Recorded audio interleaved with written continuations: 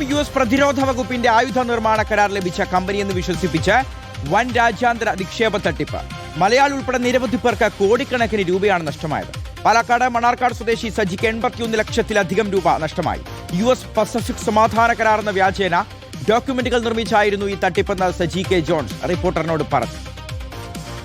ഒരു US Indo Pacific peace treaty എന്ന് പറയുന്ന US-ൻ്റെ അണ്ടറിലുള്ള ഒരു പ്രോജക്റ്റ് ഉണ്ട്. അത് ഒരു ഡിഫൻസ് റിലേറ്റഡ് പ്രോജക്റ്റാണ്.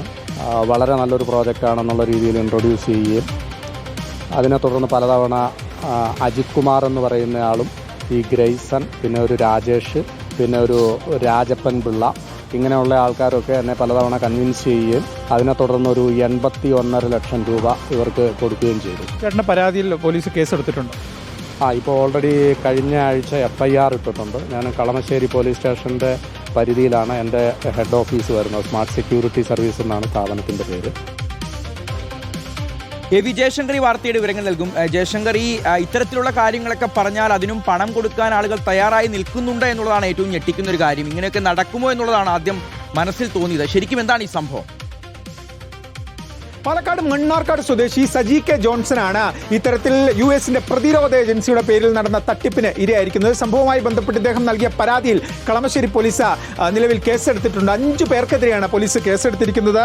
ഈ VPVV കൺസ്ട്രക്ഷൻസ് എന്ന കമ്പനിയുടെ ഉടമ, ചെയർമാൻ ഉൾപ്പെടെയുള്ള ആളുകളാണ് ഈ കേസിൽ നിലവിൽ പ്രതി ചേർത്തിരിക്കുന്നത്. കളമശ്ശേരിയിലെ സ്മാർട്ട് സെക്യൂരിറ്റി ഏജൻസിയുടെ ഉടമയാണ് ഈ സജി പ്രവർത്തിക്കുന്നത്. അങ്ങനെ ആ ഏജൻസിയിലേക്കാണ് ഇത്തരത്തിൽ US-ന്റെ സുരക്ഷാ പദ്ധതികൾക്ക് വേണ്ടി രഹസ്യമായി തങ്ങൾക്ക് സെക്യൂരിറ്റി ഇല്ലെങ്കിൽ ജീവനക്കാരെ ആവശ്യമുണ്ട്, അതിന് സഹകരിക്കണം എന്നാവശ്യപ്പെട്ടുകൊണ്ടാണ് ഇത്തരത്തിൽ കരാറിൽ ഉൾപ്പെടെ ഏർപ്പെടുകയും രഹസ്യമായി കരാർ വെക്കണമെന്ന നിർദ്ദേശം നൽകുകയും ചെയ്തത്. പിന്നീട് ഇദ്ദേഹത്തിൽ നിന്ന് സെക്യൂരിറ്റി ഡെപ്പോസിറ്റായി പണം ആവശ്യപ്പെടുകയും ചെയ്തു. ഏകദേശം 81 ലക്ഷം രൂപ നൽകി. പക്ഷേ 2 വർഷമാകുമ്പോഴും ഈ പണം തിരികെ ലഭിക്കുകയോ ഇല്ലെങ്കിൽ ഈ സർവീസുമായി ബന്ധപ്പെട്ട് ആളുകളെ നിയോഗിക്കാൻ ആവശ്യപ്പെടുകയോ ചെയ്തിട്ടില്ല. പിന്നീടുണ്ടായ സംശയത്തിൻ്റെ പുറത്താണ് ഈ കേസുമായി ബന്ധപ്പെട്ട് സജി മുന്നോട്ട് പോകാനുള്ള കാര്യമുണ്ട്. എന്തായാലും ഈ സംഭവവുമായി ബന്ധപ്പെട്ട് രാജ്യവ്യാപകമായി ഇത്തരത്തിൽ വ്യാപകമായി ഈ ഒരു തട്ടിപ്പ് നടന്നു എന്നാണ് പോലീസ് പറയുന്നത്. എന്തായാലും കൂടുതൽ അന്വേഷണം ഇതുമായി ബന്ധപ്പെട്ടുണ്ടാകും. എന്തായാലും ഇദ്ദേഹത്തിന് 81 ലക്ഷം രൂപയാണ് നഷ്ടപ്പെട്ടത്. കൂടുതൽ പേർക്ക്, ഉന്നതരായ പല ആളുകൾക്ക്, ഇത്തരത്തിൽ സെക്യൂരിറ്റി ഏജൻസികൾ ഉൾപ്പെടെ നടത്തുന്ന ആളുകൾക്ക്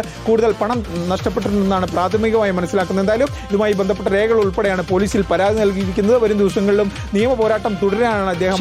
ശരി, ജയശങ്കറാണ് ഈ വാർത്തയുടെ വിവരങ്ങൾ നൽകിയത്.